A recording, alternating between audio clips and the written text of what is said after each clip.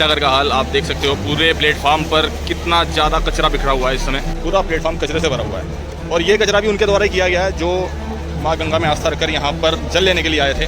भगवान भोलेनाथ जब ये देख रहे हैं कि आप सैकड़ों किलोमीटर से पैदल जल लेकर आ रहे हैं, तो फिर वो ये चीज़ भी देख रहे हैं कि आप गंगा के स्थान पर जाकर, गंगा के घाट पर जाकर गंदगी फैला रहे हैं या फिर ये वहाँ पर साफ सफाई। हर हर महादेव दोस्तों, हरिद्वार के अंदर सावन का जो कावड़ मेला चल रहा था, आज उसका समाप्ति दिवस कहा जा सकता है, क्योंकि आज तारीख है 11 और आज देश भर के अंदर भगवान भोलेनाथ को जल चढ़ाया जा रहा है। हरिद्वार के अंदर भी आज जितने मंदिर हैं, सभी मंदिरों के अंदर भगवान भोलेनाथ का जलाभिषेक किया जा रहा है।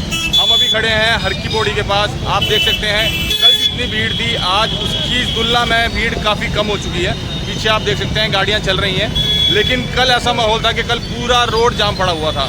आज सड़कों पर थोड़ा सा आपको चलने की जगह मिल जाएगी। तो आज पूरे देश के अंदर जलाभिषेक हो रहा है भगवान भोलेनाथ का। हरिद्वार में भी कहाँ कहाँ पर कैसे कैसी स्थिति है, कौन कौन से मंदिरों में कितनी भीड़ है, हम आपको दिखाते हैं इस वीडियो में। दोस्तों मैं मौजूद हूँ अभी हरिद्वार ऋषिकेश हाईवे पर भीमगोड़ा बैराज के पास। कल कैसे रोड जाम पड़ा हुआ था, लेकिन आज पूरा रोड खाली हो चुका है। अब यहाँ पर आपको गाड़ियाँ चलती हुई दौड़ती हुई दिखाई देंगी। ये जो रास्ता आप देख रहे हैं, ये रास्ता यहाँ से जा रहा है हरिद्वार से ऋषिकेश की तरफ, और दूसरी लाइन जो उस तरफ आपको दिखाई दे रही है, ये लाइन द्वार से होकर जाती है दिल्ली की तरफ। दोस्तों अभी हम पहुँच चुके हैं विवेकानंद पार्क और अभी आपको दर्शन कराते हैं भगवान भोलेनाथ की एक बड़ी प्रतिमा के।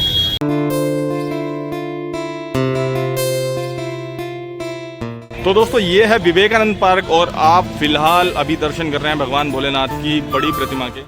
विवेकानंद जी की ये प्रतिमा काफ़ी पहले से स्थापित है, उसके बाद भगवान भोलेनाथ की प्रतिमा यहाँ पर स्थापित की गई थी। इसी के नाम पर यहाँ पर इस पार्क का नाम विवेकानंद पार्क पड़ा है। दोस्तों मैं मौजूद हूँ अभी विवेकानंद पार्क में और यहाँ पर तेज़ बारिश होने लगी है और मजबूरी है कि मेरे पास ना अभी छाता है और ना ही रेनकोट, तो हमें अब यहाँ पर कुछ देर रुकना पड़ेगा जब तक बारिश बंद नहीं हो जाती। उसके बाद आपको दिखाएंगे हरिद्वार का आगे का हाल। तो दोस्तों बरसात के बाद फिलहाल ये है हरिद्वार की सड़कों का हाल। तो बरसात बार बार हो रही थी, इस वजह से मुझे ये रेनकोट खरीदना पड़ा टेम्परेरी सा, और एक छाता लेके आया हूँ मैं, क्योंकि यहाँ बार बार बरसात हो रही थी, इस वजह से हम कहीं जा नहीं पा रहे थे। और अभी मैं आया हूँ हर की पौड़ी पे। बरसात के बाद आप देख सकते हैं हर की पौड़ी का इस समय का माहौल। ये आप देख रहे हैं अभी शिवरात्रि के दिन हर की पौड़ी पर किस तरह का माहौल है। आज यहाँ से भीड़ बहुत कम हो चुकी है, कुछ ही आसपास के यहाँ के शिव भक्त दिखेंगे आपको। कावड़िए जितने थे वो यहाँ से निकल चुके हैं, अपने अपने स्थानों जा चुके हैं, अपने अपने घर। अब हर की पौड़ी पर भीड़ बहुत कम है इस समय फ़िलहाल, लेकिन आपको एक चीज़ दिखाता हूँ हर की पौड़ी पे इस समय कि आपको पूरे घंटाघर पे आपको पूरी जगह पन्नियाँ, पुराने कपड़े, कचरा बहुत बड़ी मात्रा में देखने को मिलेगा। तो दोस्तों ये है आपके सामने घंटाघर का हाल। आप देख सकते हो पूरे प्लेटफार्म पर कितना ज़्यादा कचरा बिखरा हुआ है इस समय। पूरे प्लेटफार्म पर यहाँ पर पन्नियाँ, पुराने कपड़े, चप्पलें, जूते। यहाँ पर जो शिव भक्त आए हुए थे उनकी आस्था माँ गंगा में है। भगवान भोलेनाथ को जल अर्पित करने के लिए वो इतनी दूर से माँ गंगा का जल भरने के लिए आए थे। लेकिन एक बात और लोगों को ध्यान रखनी चाहिए कि आप जब ऐसे स्थान पर आते हैं, ऐसे तीर्थ पर आते हैं, तो यहाँ पर आकर आपको माँ गंगा की पवित्रता का भी थोड़ा ध्यान रखना चाहिए। आप देख सकते हैं, आप पूरा प्लेटफार्म यहाँ पर कचरे से भरा हुआ है और आपको पौड़ियों पर केवल चप्पलें, जूते, पुराने कपड़े, अंडरवेयर, ये सब चीज़ें भरी हुई दिखाई देंगी। तो अगर आपकी आस्था है भगवान में, तो आपको ये चीज़ तो कम से कम सोचनी चाहिए कि हमें ऐसे स्थानों पर, ऐसे तीर्थों पर जाकर गंदगी नहीं करनी चाहिए कम से कम। खैर गंदगी को लेकर लोगों की अपनी अपनी सोच है। भगवान भोलेनाथ जब ये देख रहे हैं कि आप सैकड़ों किलोमीटर से पैदल जल लेकर आ रहे हैं, तो फिर वो ये चीज़ भी देख रहे हैं कि आप गंगा के स्थान पर जाकर, गंगा के घाट पर जाकर गंदगी फैला रहे हैं या फिर ये वहाँ पर साफ़ सफाई रख रहे हैं। तो इस चीज़ का ध्यान लोगों को ज़रूर रखना चाहिए कि गंगा के घाट पे गंदगी ना करें। तो आप लोग देख सकते हैं यहाँ कचरे का ये हाल है इस समय। पूरा प्लेटफार्म कचरे से भरा हुआ है और ये कचरा भी उनके द्वारा ही किया गया है जो माँ गंगा में आस्था रखकर यहाँ पर जल लेने के लिए आए थे। तो ये आस्था का कैसा रूप है मेरी समझ में ये नहीं आता है। दोस्तों कल वीडियो शूट करते समय मैं एक चीज़ और देख रहा था कि लोग गंगा के किनारे पूजा अर्चना भी करवा रहे थे और वहीं पर सीढ़ियों पर लोगों की चप्पलें, जूते वहीं उतरे हुए थे और गंगा के अंदर ही वो चप्पल जूते बह रहे थे। तो ये स्थिति है कि इस समय वहाँ पूजा भी हो रही है और जूते चप्पल भी गंगा में ही बह रहे हैं। अभी भी मैं आपको दिखा दूंगा गंगा के जो सीढ़ियाँ हैं, सीढ़ियों के ऊपर लोगों की जूते चप्पल वहीं उतरे हुए हैं, वहीं पड़े हुए हैं पुराने जूते। और यहाँ पर भी आप पूरे प्लेटफार्म पे देख सकते हो दुनिया भर का यहाँ पर हजारों टन कचरा इस समय यहाँ पर पड़ा हुआ है। ये है आपके सामने आज 11 तारीख शिवरात्रि का हर की पौड़ी घंटाघर का हाल।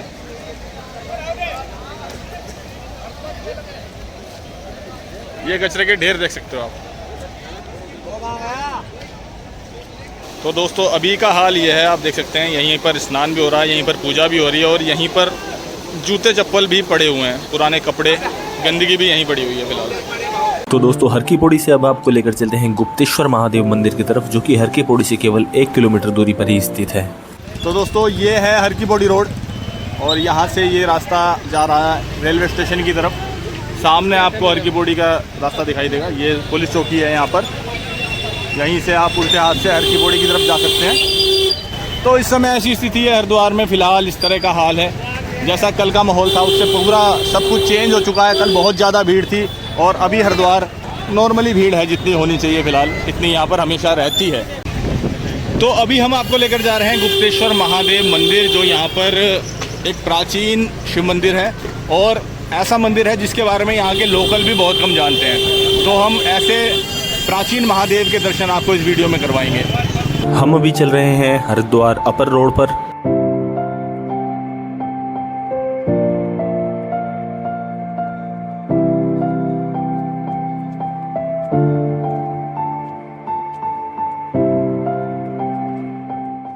यहाँ से ये जो आपको रास्ता दिखाई दे रहा है ये है मनसा देवी पैदल मार्ग। ये रास्ता पूरा सीढ़ियों से यहाँ से ऊपर जाता है। तो मनसा देवी के पैदल वाले सीढ़ियों वाले मार्ग पे जब आप आगे बढ़ेंगे, अभी फ़िलहाल ये रास्ता यहाँ पर बंद कर दिया गया है क्योंकि भीड़ थी, इस वजह रास्ता बंद था।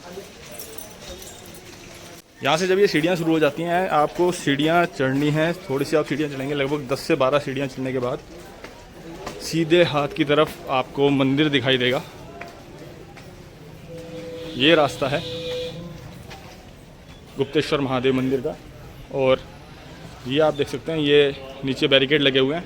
वहाँ से हम इतना ऊपर चलकर आए, यहाँ से आप चलकर जा सकते हैं गुप्तेश्वर महादेव के दर्शन करने के लिए। तो दोस्तों ये है मंदिर का मुख्य द्वार।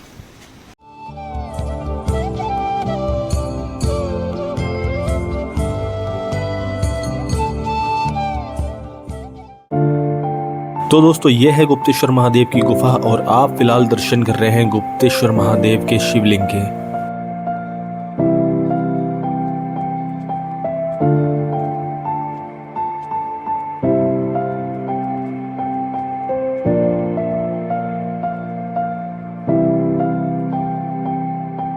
गुप्तेश्वर महादेव की ये कथा है कि यहाँ पर एक गुरुजी निवास किया करते थे। उन्हें महादेव जी ने स्वप्न दिया कि मैं इस पहाड़ के अंदर स्थित हूँ, मुझे यहाँ से बाहर निकालो। तो जब गुरुजी ने यहाँ पर खुदाई करवाई तो महादेव का एक विशाल शिवलिंग यहाँ से प्रकट हुआ। इसके बाद यहाँ पर महादेव की पूजा अर्चना की जाने लगी और अभी यहाँ पर जो महंत हैं वो पीढ़ी दर पीढ़ी महादेव की सेवा कर रहे हैं। तो दोस्तों गुप्तेश्वर महादेव के दर्शन करने के बाद हम यहाँ पर आए हैं, यहाँ के जो मुख्य पुजारी हैं इनके पास। गुरुजी का नाम आचार्य नवीन चंद्र जोशी।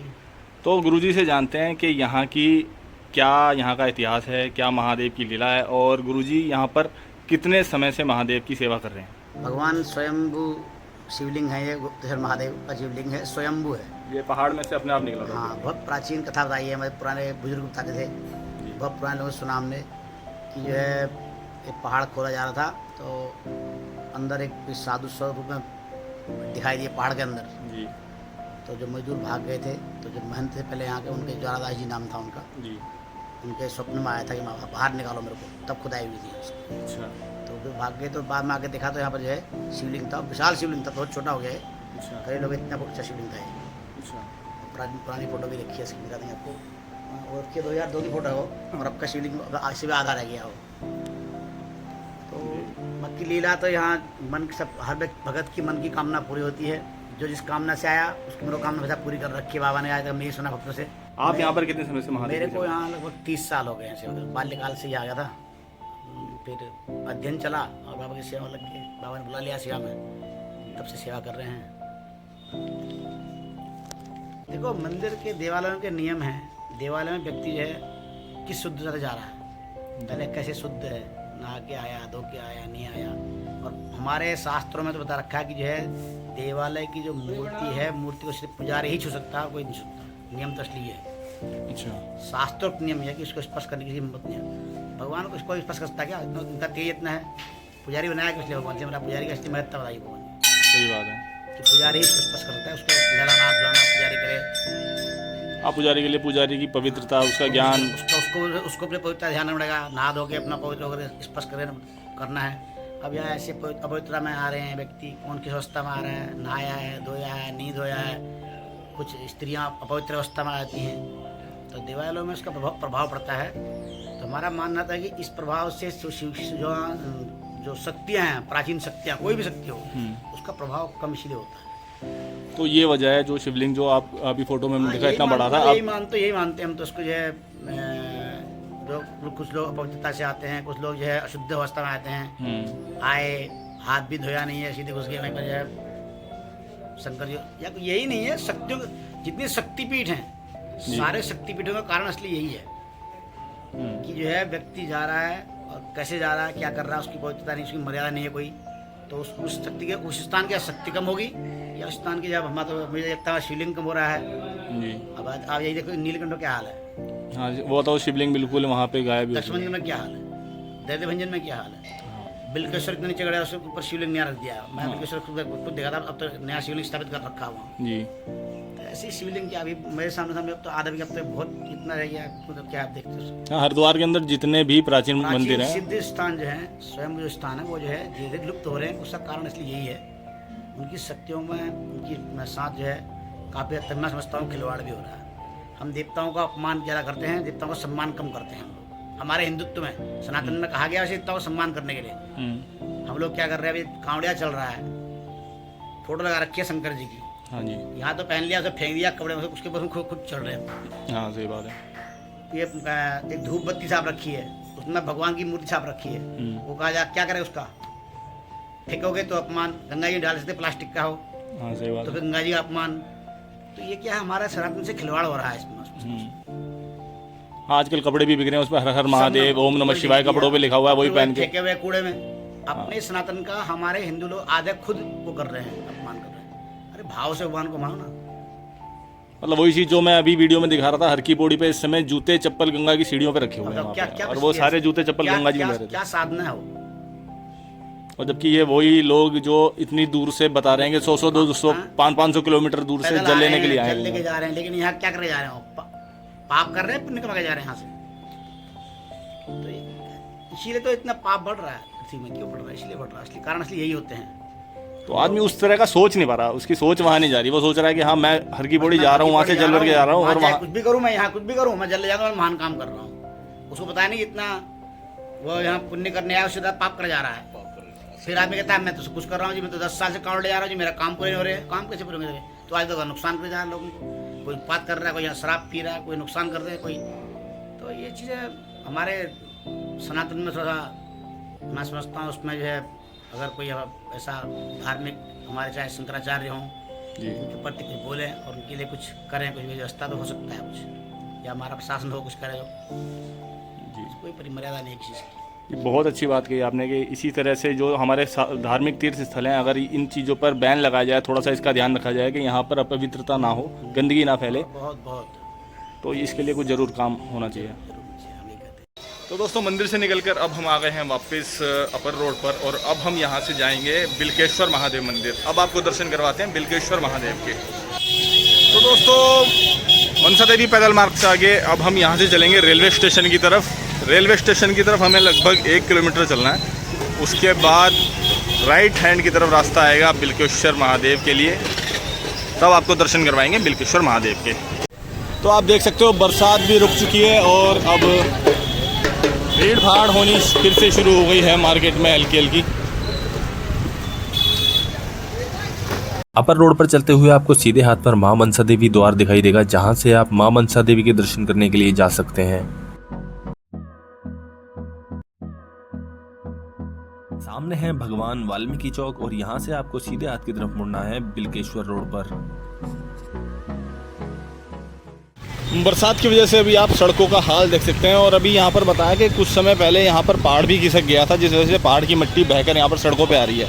इस वजह से सड़कों पर आपको कीचड़ दिखाई दे रहा है। बिल्केश्वर रोड पर थोड़ा आगे चलते ही आपको मेला हॉस्पिटल दिखाई देगा, जो कि हमारे राइट हैंड पर पड़ेगा। इसके बाद 100-150 मीटर आगे चलते ही आपको एक रास्ता सीधे हाथ की तरफ ऊपर की ओर जाता हुआ दिखाई देगा।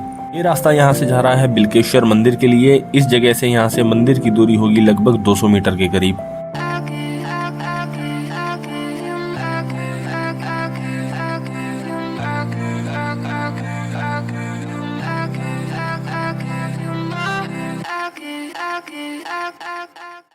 तो अब हम पहुंच चुके हैं बिल्केश्वर महादेव मंदिर।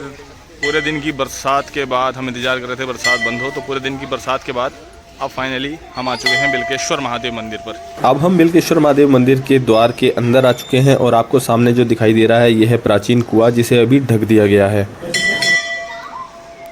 तो क्योंकि अभी हमें आते हुए यहाँ पर शाम हो चुकी है, लगभग 5 बजे का समय हो रहा है, इस वजह से भीड़ आपको बहुत ही कम दिखाई दे रही है। और आज पूरे दिन बरसात भी रही है, इस वजह से भीड़ बहुत कम है आज, वरना यहाँ पर बहुत ज़्यादा भीड़ देखने को मिलती है शिवरात्रि वाले दिन। ये है यहाँ पर मंदिर का मुख्य गर्भगृह।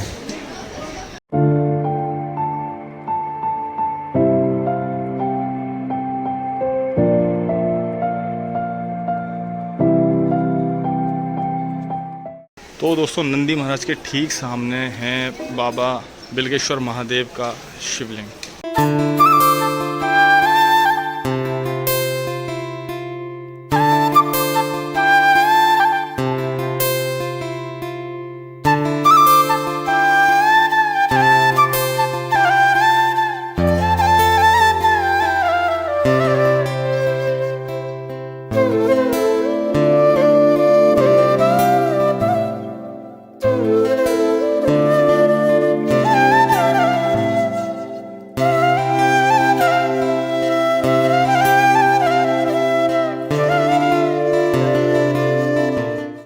दोस्तों अभी आपने दर्शन किए बिल्केश्वर महादेव के। अब मंदिर से बाहर निकलने के बाद यहाँ से आपको रास्ता दिखाई देगा गौरी कुंड के लिए। तो अब आपको लेकर चलते हैं गौरी कुंड। ये आपको गौरी कुंड का द्वार दिखाई दे रहा है, यहाँ से रास्ता गया है गौरी कुंड के लिए। यहाँ पर एक छोटा सा रास्ता बनाया हुआ है, आपको चारों तरफ यहाँ पर विशाल वन दिखाई देगा। पर्वत के बीच में ये पूरा रास्ता है, दोनों तरफ आपको यहाँ पर जंगल दिखाई देगा। इधर भी जंगल है, नीचे ये छोटा सा बरसाती पानी का नाला बहता हुआ। दोस्तों ऐसी जगहों पर आकर मन वाकई में बहुत प्रसन्न हो जाता है। और शिवरात्रि वाले दिन भगवान बिल्केश्वर के दर्शन करना और उसके बाद गौरी कुंड के दर्शन करना बहुत ही सौभाग्य की बात है। और आप भी ये दर्शन कर रहे हैं तो वीडियो में हर हर महादेव जरूर लिखें। दोस्तों वहाँ से यहाँ तक लगभग 100 मीटर का ये छोटा सा रोड है। इसके बाद आपको ये एक छोटा सा पुल दिखाई देगा, जो कि ये मैं आपको बता रहा था कि वो जो नाला बह रहा है बरसाती, उसके ऊपर ये पुल बना हुआ है। यहाँ से ये पुल क्रॉस कर आप पहुँचेंगे गौरी कुंड तक।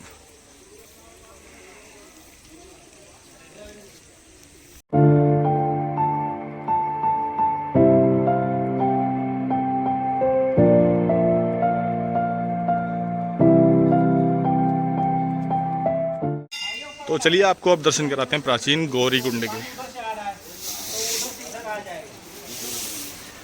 दोस्तों यहाँ पर भी भगवान भोलेनाथ का एक शिवलिंग स्थापित है और इसके सामने जो ये कुंड दिखाई दे रहा है यही गौरी कुंड है।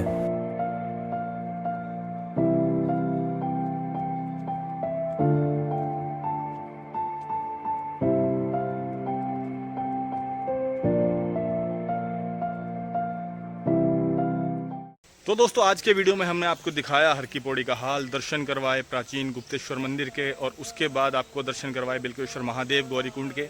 तो अगर ये पूरे वीडियो हमारी आपको मेहनत अच्छी लगी हो और वीडियो पसंद आई हो तो इस वीडियो को लाइक कर हमारे चैनल को सब्सक्राइब जरूर कर दें। अब आपसे मिलेंगे अगले वीडियो में, तब तक के लिए जय हिंद, हर हर महादेव।